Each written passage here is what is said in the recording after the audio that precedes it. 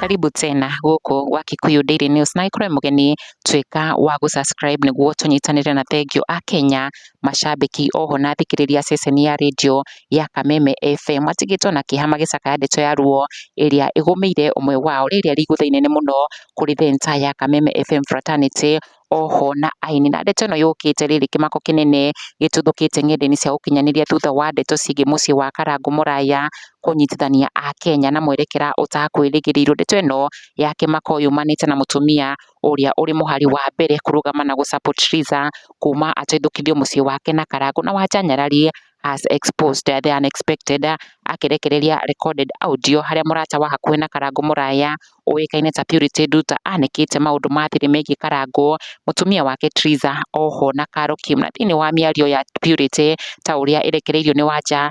Purity ni atariirie uria Karangu muthuri muru piu ndeto itigite andu magigite kuona Purity ni umwe wa arata Karangu uria urugamite nake wega kuma ndeto ciao na Carol Kim inyagio guku ng'enda-ini. Oho ni akoretwo agitetera Carol Kim na njira nene undu uria waturithirie Triza kuona Purity was the one who made the Valentine flowers and gifts delivery to both Triza na Carol ta murata wa muthuri wao, but now in unexpected way Purity ni anikite na gucambia Karangu oho na kumuikia ciugo cia magigi akimwanika kuri Wanja Nyarari uria Karangu atateithagia Carol na kumutiga akenyaririka akiuga Carol ndakoragwo nake in comparison na Triza. Purity augite Triza ni ikaraga wega kuri Carol Kim oho ni anikite andu meigueta akiuga ni uthu cia Karangu matongoretio ni muthoni wa Kirumba Bishop Ben na muini Martin wa Janet. Ndeto yukite thutha wa Purity guthukiria Wanja Nyarari ritwa akiuga ni con woman oho na kwanika namba yake ya thimu ng'enda-ini haria Wanja nake arekereirie audio recordings ya Purity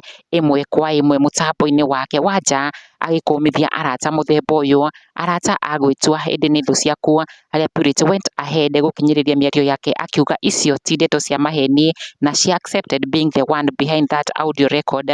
Ndiwe wina maoni mariko megie ndeto ici na riu mashabiki ma mutabania wa show ya Mugithi special o muthenya wa Friday Kameme breakfast show hamwe na mumemerekia Gatonye wa Mbugua na Mutheke Ngei uikaine ta muini Saimo wa Makagari ni aufaneirio ni itu ria nduma, itu ria maithori na kieha thutha wake gutigwo ni mwana wake his daughter who died on spot thutha wa kuringwo ni ngari. Very sad news.